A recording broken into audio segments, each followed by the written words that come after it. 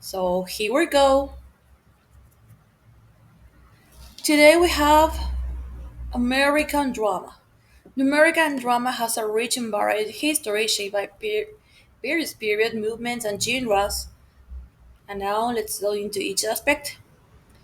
Speaking about definition, we can say American drama refers to theatrical works produced in the United States, where the plays are written, performed on stage in American cultural context.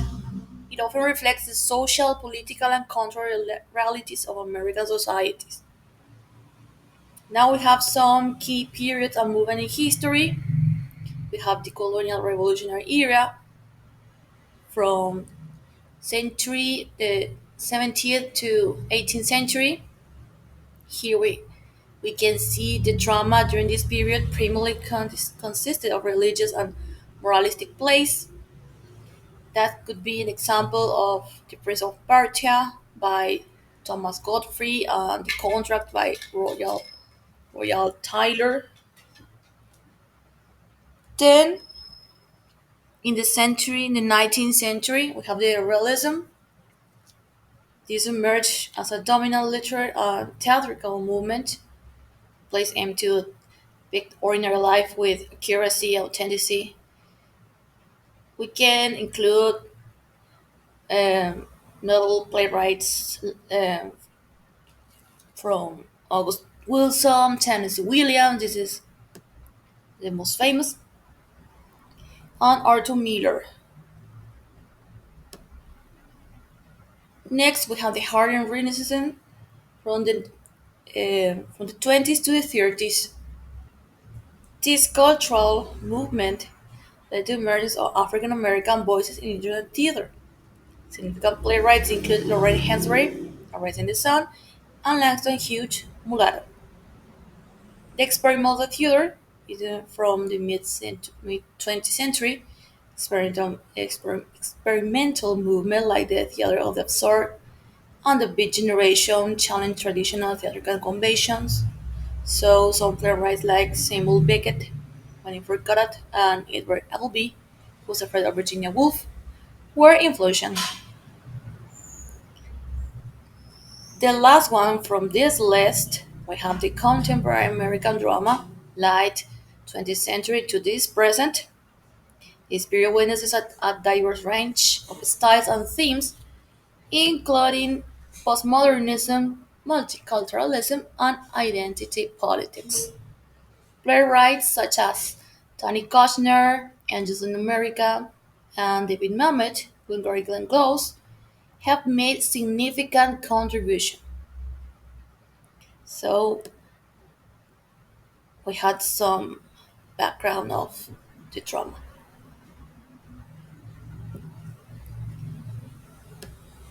Let's go to the classification genre based on themes, structures, and narrative style. We have, remember, this is some of them because we have a lot, but if we are talking about a lot, we are writing a book. But, anyways, it's very interesting. You can search on the web or books speaking about this. Anyway, we have first the realism and naturalism, focuses on depicting everyday life and characters in a realistic manner. For example, Death of Salesman by Arthur Miller, Streetcar Named Desire by Tennessee Williams.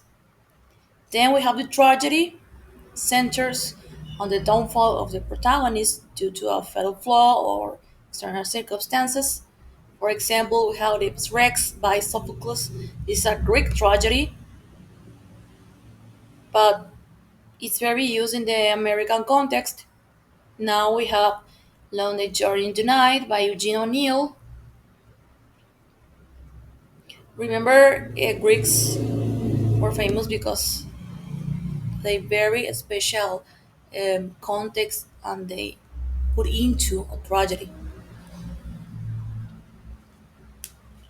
Now we have comedy.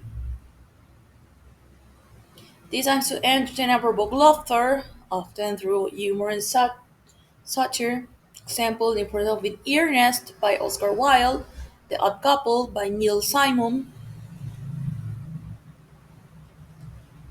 Then we have the absurd theater. Challenges traditional storytelling logic, often featuring nonsensical or existential themes. Example here we can see Waiting for Godot by Samuel Beckett, Rosencrantz and Guildenstern Are Dead by Tom Stoppard. So these were some classification, genres, theme structures. And now, sorry, we have key genres. An example with authors of famous drama. Key genres, remember, are part of the general genres. These are the genres, and this is the key genres. So they are like a kind of genre, but in a minor status. For example, we have social commentary, others social and political issues. We can see here To Kill a Mockingbird. We were talking about a lot of this work, yeah, precious and wonderful work by Harper Lee. Then we have historical drama. Actually, we were talking about this historical part in the previous lessons. This is set in a specific historical period, often exploring key events and figures. For example, we have Hamilton by Lin-Manuel Miranda. Then we have the musical theater.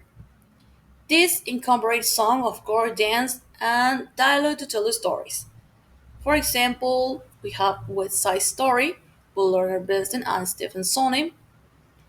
Domestic drama. This focuses on family dynamics and interpersonal relationship.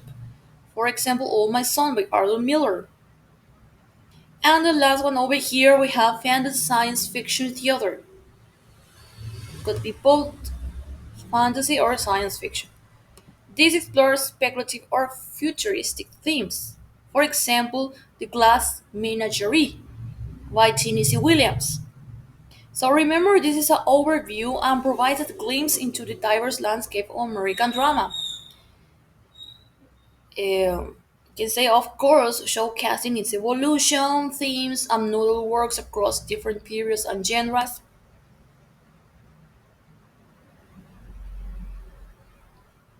I encourage you always to searching more, be thirsty about it. You have to be curious, thirsty of knowledge,